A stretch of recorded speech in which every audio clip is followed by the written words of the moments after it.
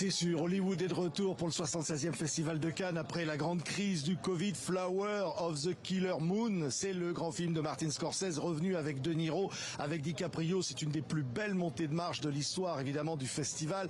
Ajoutons à ça Harrison Ford avec un très beau retour d'Indiana Jones et une palme d'honneur bien méritée pour l'acteur.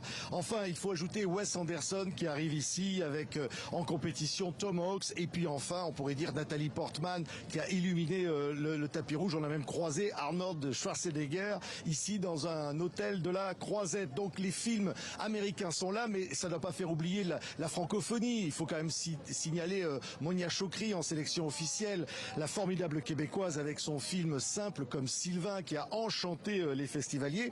Et puis enfin 15 films africains dont 2 emblématiques en compétition officielle. Le premier c'est le film Banel et Adama, soutenu par TV5 Monde, par une jeune réalisatrice sénégalaise, Ramata Toulaye Sy, un film qui nous amène au nord du Sénégal et qui parle avec des images magnifiques du réchauffement climatique.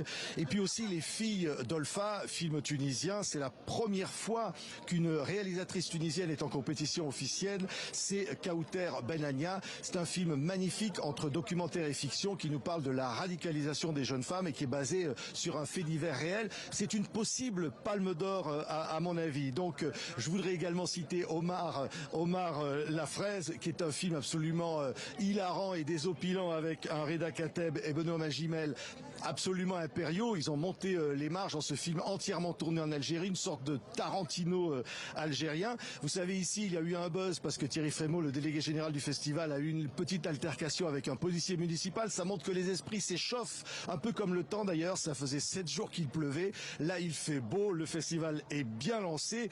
Il nous reste plus qu'à attendre samedi la possible Palme d'Or pour savoir qui va succéder à Ruben Östlund qui cette année est le président du jury.